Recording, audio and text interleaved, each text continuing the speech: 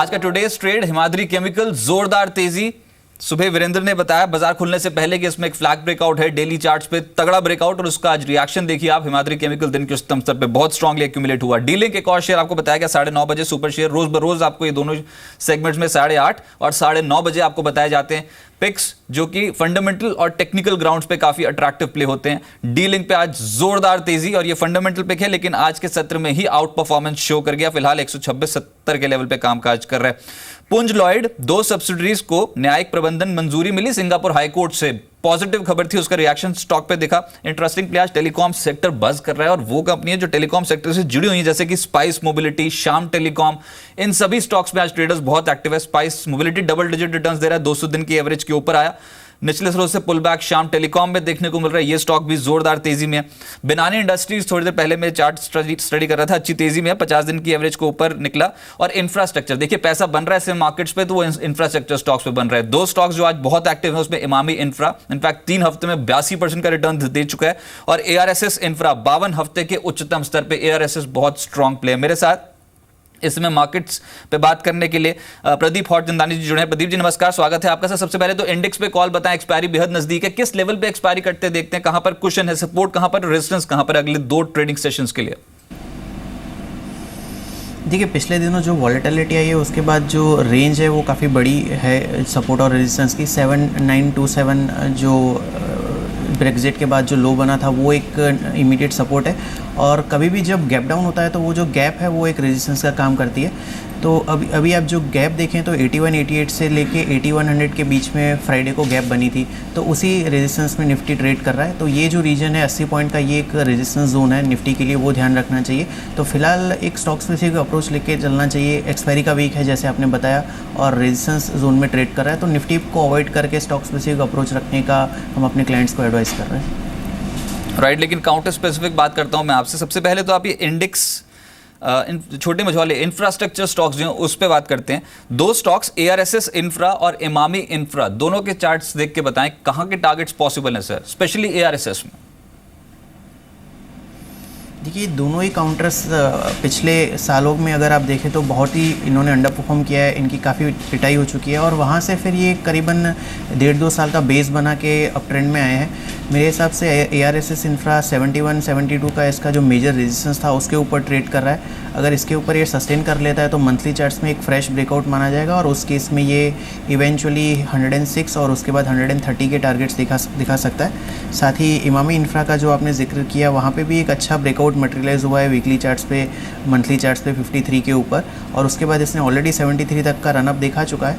और यहाँ पे मेरे हिसाब से और भी अपमूव की जगह है, क्योंकि ऑसिलेटर्स अभी भी पॉजिटिव लग रहे हैं। यहाँ पे नेक्स्ट जो बड़ा टारगेट आ रहा है वो 91 के करीब आ रहा है, तो दोनों ही स्टॉक्स को एक ट्रेलिंग स्टॉप लॉस के जरिए होल्ड किया जा सकता है। बात करते करते एक स्टॉक में ब्रेकआउट आ गया, असाही सोंगवॉन का स्ट्रक्चर देखिए, दिन के उच्चतम स्तर पे असाही सोंगवॉन 241 के लेवल पे ब्रेकआउट है, तगड़ा ब्रेकआउट। इनफैक्ट सर आपके टारगेट्स क्या होंगे असाही पे, आज के सत्र में और प्ले कर सकते हैं पॉजिटिव साइड पे? देखिए, ये पूरा सेक्टर काफ़ी अच्छा अपमूव इसमें देखा। हिमाद्री केमिकल जो आपने अपने ओपनिंग रिमार्क में बताया, इसके साथ सुदर्शन केमिकल है, ये हमारा GHCL है, ये हमारे पसंदीदा शेयर है। असाही सोंगवॉन की पर्टिकुलरली बात करें तो यहाँ पे जैसे आपने बताया एक फ्रेश ब्रेकआउट पिछले कुछ दिनों के कंसोलिडेशन के बाद मिला है, तो यहाँ पे मेरे हिसाब से अपमूव एक्सटेंड होकर 250 से 255 तक के लेवल तक इसको ले जा सकती है। इमीडिएट सपोर्ट जो आएगा वो करीबन जो आज का लो है उसको समझना चाहिए, 210 से 211 के बीच में।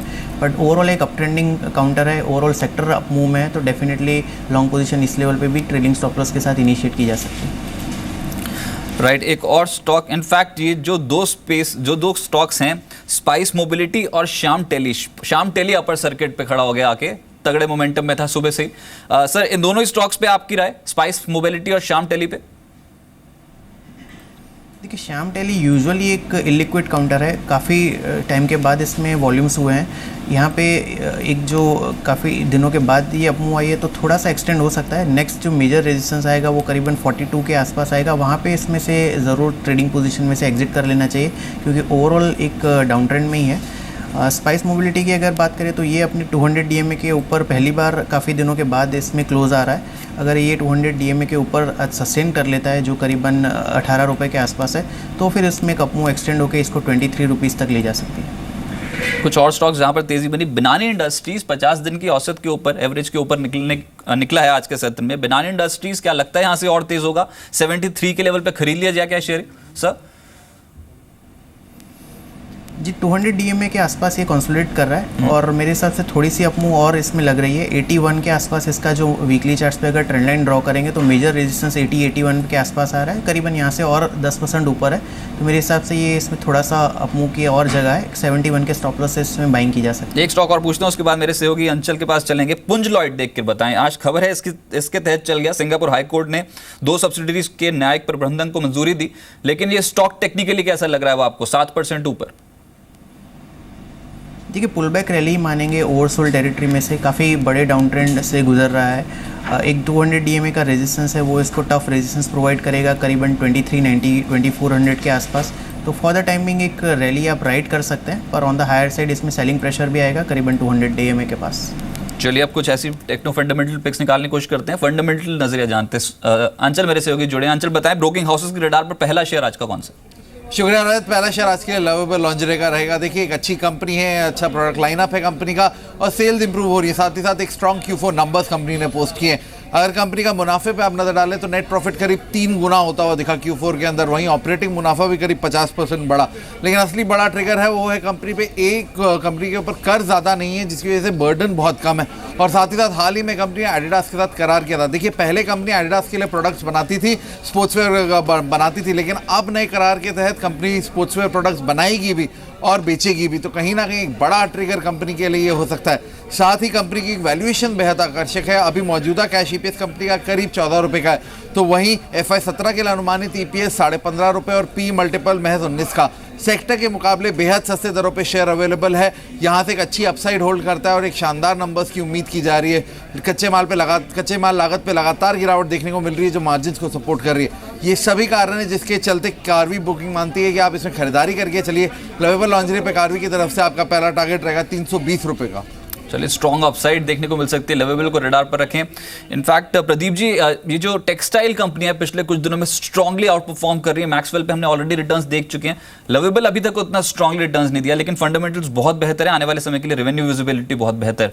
टेक्निकल चार्ट्स के हिसाब से कौन सा लेवल क्लोजली वॉच कर रहे हैं जहां पर आप कंफर्टेबल होंगे खरीदारी करने के लिए? देखिए जैसे आपने बताया, ये रिलेटिव अंडर परफॉर्म रहा है अपने सेक्टर में, जहाँ पे मैक्सवेल जैसे स्टॉक्स ने काफ़ी अच्छा रिटर्न दिया है। मेरे हिसाब से ये 290 का लेवल इसमें क्रूशल रहेगा, जो यहाँ पे इसकी 20 मंथ की मूविंग एवरेज भी है। इसके ऊपर अगर ये डिसाइसिवली प्रेफरेबली वीकली बेसिस पे क्लोज आता है तो इसका एक फ्रेश अप ट्रेंड शुरू होगा और ये इसको 400 रुपये के करीब ले जा सकता है। तो मैं इसमें वीकली क्लोजिंग 290 के ऊपर है, उसका वेट करूँगा फ्रेश लॉन्ग पोजीशन इनिशिएट करने के लिए। राइट अंचल, दूसरा स्टॉक बताएं, दिन के उच्चतम स्तर पे लवेबल 3% का रिटर्न इंट्राडे बेसिस पे। आज के दूसरा स्टॉक जाइडस वेलनेस का रहेगा। देखिए कंपनी पैकेज का प्रोडक्ट के कारोबार में है। फिटनेस एसोसिएटेड प्रोडक्ट्स कंपनी के बहुत सारे हैं। न्यूट्रलाइट कंपनी का ब्रांड है, शुगर फ्री कंपनी का ब्रांड है। और जिस तरह से लगातार स्वास्थ्य को लेकर जो जागरूकता है वो बढ़ रही है, उसका सीधा फायदा कहीं ना कहीं सेल्स के तौर पे कंपनी को अपने इन दोनों ब्रांड्स में आता हुआ दिख रहा है। वही एक कारण है कि Q4 कंपनी का शानदार रहा था। कंपनी का ऑपरेटिंग मुनाफा करीब 85% बढ़ा था। और जो ब्याज, इसमें भी सिमिलर केस है। इंटरेस्ट कॉस्ट जो है बेहद कम है। कंपनी के ऊपर कर्ज बहुत मामूली है, जिसकी वजह से कंपनी को कोई इंटरेस्ट प्रेशर नहीं अपने बुक्स पे देखना पड़ता है। साथ ही साथ एक अच्छे वैल्यूएशन पे जाइडस वेलनेस ट्रेड कर रहा है। कंपनी की मौजूदा कैश EPS करीब 27 रुपये की है। वहीं FY18 के लिए अनुमानित EPS 35 रुपये और PE मल्टीपल 23 का। यानी अगर आप अक्रॉस द बोर्ड सेक्टर में कंपेयर करें पैकेज गुड्स प्रोडक्ट्स में, उसमें सबसे सस्ती वैल्यूएशन पे शेयर कामकाज कर रहा है और वो एक बड़ा ट्रिगर शेयर के लिए है। कहीं ना कहीं यही पैरामीटर है जिसको देखते हुए आनंद राठी मानते एक अच्छा शेयर है, सस्ते वैल्यूएशन पे है, अच्छे नंबर्स पोस्ट कर रहा है और जिस प्रोडक्ट साइकिल जो कंपनी का प्रोडक्ट मिक्स है उसकी डिमांड लगातार बढ़ती हुई दिख रही है और ये कंपनी को आगे चल के फायदा आता हुआ दिखेगा। आप खरीदारी करिए जाइडस वेलनेस पे। 960 रुपये के टारगेट्स आने वाले दिनों में दिखेंगे। चलिए जाइडस वेलनेस को रडार पर रखें। फिलहाल 17 रुपये की मजबूती, यानी कि 2.25% ऊपर। जाइडस पे आपके कमेंट्स प्रदीप? देखिए अच्छा सा खासा इसने करेक्शन और कंसोलिडेशन का फेज़ देखा है। 1128 का इसने हाई बनाया था मार्च 2015 में और फिर एक अच्छा खासा, जैसे मैंने बताया, करेक्शन का दौर इसने देखा है। मेरे हिसाब से जो क्रूशल रेजिस्टेंस रहेगा वो 850 का रहेगा, जहाँ पे इसने डबल टॉप भी बनाया। ये क्रॉस कर लेता है तो एक स्ट्रॉन्ग अप ट्रेंड इसमें रिज्यूम होगा, जो इसको वापस से 1128 के टॉप तक ले जा सकता है। तो मेरे हिसाब से एक 850 के लेवल के ऊपर इसमें स्ट्रॉन्ग बाइंग की एडवाइस रहेगी। चलिए कुछ स्टॉक्स में आपसे बैक टू बैक पूछना। सबसे पहले बताएं, टूरिज्म फाइनेंस कॉर्पोरेशन, ये कैसा लग रहा है सर चार्ट्स पे? TFC में आज मोमेंटम काफी स्ट्रांग देखने को मिल रहा है, आपके कमेंट्स? एक शॉर्ट टर्म डाउन ट्रेंड में ज़रूर है, पर यहाँ पे इसने 35 के आसपास एक डबल बॉटम बनाया है और एक 40 रुपीज़ का इसका प्रीवियस टॉप है डेली चार्ट्स पे। ये क्रॉस कर लेता है तो फिर इसमें अपमूव एक्सटेंड होकर इसको 45 तक ले जा सकती है। एटलेस आमतौर पे चर्चा कम होती है स्टॉक की, लेकिन आज कहीं ना कहीं निचले स्रोत से खरीदारी लौटी है एटलेस में। क्या यहाँ पर और तेज़ी बढ़ सकती है? नहीं, इसको एक अवॉइड का ही व्यू रहेगा। हालांकि एक काफ़ी कम वॉल्यूम है इसमें, 10,000 शेयर के वॉल्यूम के साथ ये 77 पे ट्रेड कर रहा है, तो मैं इसमें कोई ज़्यादा मोमेंटम नहीं देख रहा। एक short to medium term down trend में है, एडलेप्स में अवॉइड का ही व्यू रहेगा। एक और स्टॉक देखिए, ब्लिस जीवीएस। ये stock in fact mid cap small cap pharma कंपनियां जो है, जैसे कि bliss GVS, Jackson park pharma, यहाँ पर अच्छे रिटर्न्स मिल रहे हैं। ब्लिस जीवीएस अगर आप ट्रैक करते हो, फिलहाल 4.5% के रिटर्न्स दे रहा है। देखिए यहाँ पे भी ये ओवरसोल्ड टेरिटरी में से पुल बैक ही दिखा रहा है। यहाँ पे भी जब तक ये 9900 के रेजिस्टेंस को क्रॉस नहीं करता तब तक एक सेल ऑन रैलीज का ही व्यू रहेगा। प्रेफरेबली एक अवॉइड का व्यू रहेगा, क्योंकि ओवरसोल्ड टेरिटरी में है, 9900 के ऊपर ट्रेड करता है तो फिर उसमें एक शॉर्ट टर्म के नज़रिए से 110-112 के टारगेट से एंटर कर सकते हैं। बीएफ इन्वेस्टमेंट और बीएफ यूटिलिटीज, कल्याणी ग्रुप की कंपनियां, दोनों स्टॉक्स पे आपकी राय? आई थिंक दोनों ही अपने शॉर्ट टर्म रेजिस्टेंस लेवल के पास खड़े हैं। बीएफ यूटिलिटीज़ में 34 डीए में जो हम स्ट्रॉन्ग रेजिस्टेंस मानते हैं शॉर्ट टर्म के लिए, वो एक 535 के लेवल के आसपास आ रहा है। ये अगर क्रॉस कर लेता है तो फिर इसमें 550 तक की अपमूव एक्सटेंड हो सकती है। साथ ही बीएफ इन्वेस्ट की अगर बात कर ले तो यहाँ पे भी ये 34 डीए में इसका करीबन 115 के आसपास है। ये क्रॉस कर लेता है तो फिर इसमें 125-126 तक की अपमूव आ सकती है। एक और स्टॉक देखिए, हिताची होम। क्या यहाँ पर आज के लिए इंट्राडे पर्सपेक्टिव से हिताची होम में खरीदारी करें? आम तौर पे वॉल्यूम्स बहुत कम रहते हैं, लेकिन चार्ट क्या बता रहा है अभी?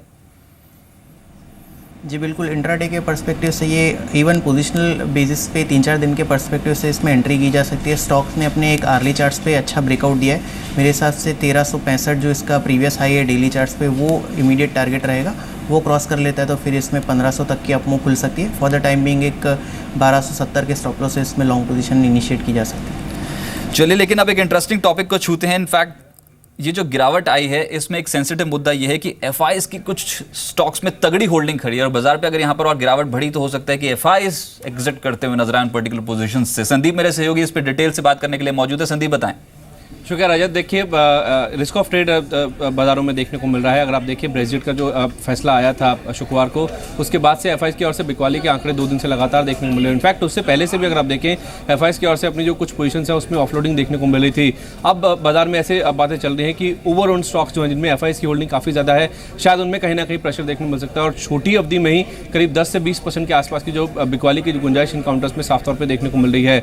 दरअसल जो ब्रेक्जिट का फैसला आया था उसकी वजह से, हालांकि अगर आप ब्रिटेन का ग्लोबल जीडीपी में देखें तो करीब 2 से 3% के आसपास का कंट्रीब्यूशन आता है, लेकिन इससे जो बाकी यूरोपीय देश हैं उनमें भी रेफरेंडम जैसी स्थिति बनेगी और जिस तरह से वहाँ पे राजनीतिक अनिश्चितता फैलेगी, उस वजह से भारत में जो विदेशी निवेश आता है उसमें कमी देखने को मिल सकती है, या तो फिर जो एफआईज का निवेश आया हुआ है उसमें शायद रिवर्सल देखने को मिल सकता है, जिसकी वजह से ऐसे काउंटर्स जहाँ पे एफआईज का निवेश काफ़ी ज़्यादा है, इनफैक्ट अगर ऐसे काउंटर जो कि ओवर ओन्ड है जहाँ पे एफआईज की होल्डिंग काफ़ी ज़्यादा है, उनमें कहीं ना कहीं बिकवाली का भार साफ तौर पर देखने को मिल सकता है। कुछ ऐसे काउंटर्स की अगर मैं चर्चा करूँ तो उसमें सबसे पहले एचडीएफसी का नाम आता है, जहां पे 75% से ज़्यादा अगर आप देखें एफआईज की होल्डिंग है, तो यहां पे शायद छोटी अवधि में प्रेशर देखने को मिल सकता है, ऐसा एक स्कूल ऑफ थॉट कहता है। साथ ही साथ आईसीआईसीआई बैंक में 64%, एसकेएस माइक्रो में भी इतनी हिस्सेदारी है एफआईज की। इंडिया बुल हाउसिंग, इन्फोसिस, यहाँ पे 57 से 59% के आसपास का निवेश इनका है और इन्फोसिस इंडसइंड बैंक में देखिए तो करीब 55% के आसपास की हिस्सेदारी है।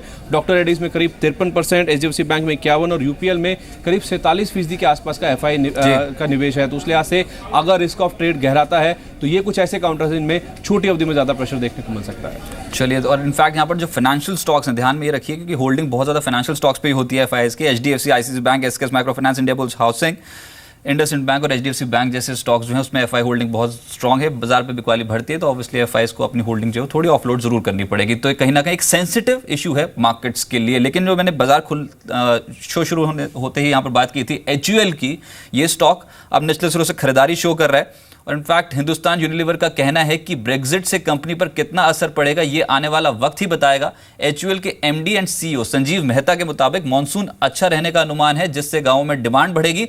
इसके अलावा मेहता ने कहा कि कंपनी आयुर्वेदिक प्रोडक्ट लॉन्च करेगी। पतंजलि पर बोलते हुए मेहता साहब ने कहा कि पतंजलि से कंपटीशन अच्छी बात है। संजीव मेहता से खास बात की हमारे संवाददाता समीर दीक्षित ने, आइए सुनते हैं उनको। सबसे पहला सवाल, जो ब्रेक्जिट जिसको लेकर इतना हो हल्ला मचा है, ब्रेक्जिट को लेकर आपको क्या इम्पैक्ट नज़र आता है sir? It's a big movement, it's a big step which has happened. And you've seen today what has happened to the currency and the stock markets. So you know it as much as I do, what's been the impact. Let us see how it unfolds. Sir, consumers के लिहाज से एक अच्छा announcement था कि that you will be coming up in Ayurvedic products, उसको लेकर sir क्या प्लान्स, कहाँ तक मूव अभी किया है? आप देखते रहिए। या एक्टिव आपने मूव देखिए, अभी हमने इंदुलेखा ब्रांड खरीदा। इंदुलेखा ब्रांड अप्रैल 1 से हमारे में आया है हाथ में, and we are building that brand now. And I would say, as far as other products are concerned in the natural category, just watch the space and you will find it. Patanjali को लेकर किस तरीके का लगता है कि business competition अभी आपको है, और किस तरीके का काउंटर स्ट्रेटजी आपकी तरफ से? देखो, competition is good for the country. Yeah, it is good for the consumers and it is good for the country. And as Unilever, Hindustan Unilever, we welcome competition. चलिए, तो कंपटीशन हेल्दी होता है हर industry के लिए, पर 874 के level पे HUL, और जैसे बताया अभी कि आयुर्वेदिक प्रोडक्ट्स में कंपनी की एंट्री जो अब होगी वो अगला रेवेन्यू विजिबिलिटी स्ट्रीम कंपनी के लिए बनेगा। बहुत शुक्रिया प्रदीप जी आपका मेरे साथ जुड़ने के लिए और मार्केट्स पे अप्रोच बताने के लिए। बिल्कुल फ्लैट आज 8112 के लेवल पे बाजार, लेकिन इंटरनेशनल मार्केट्स को अभी भी आउट परफॉर्म कर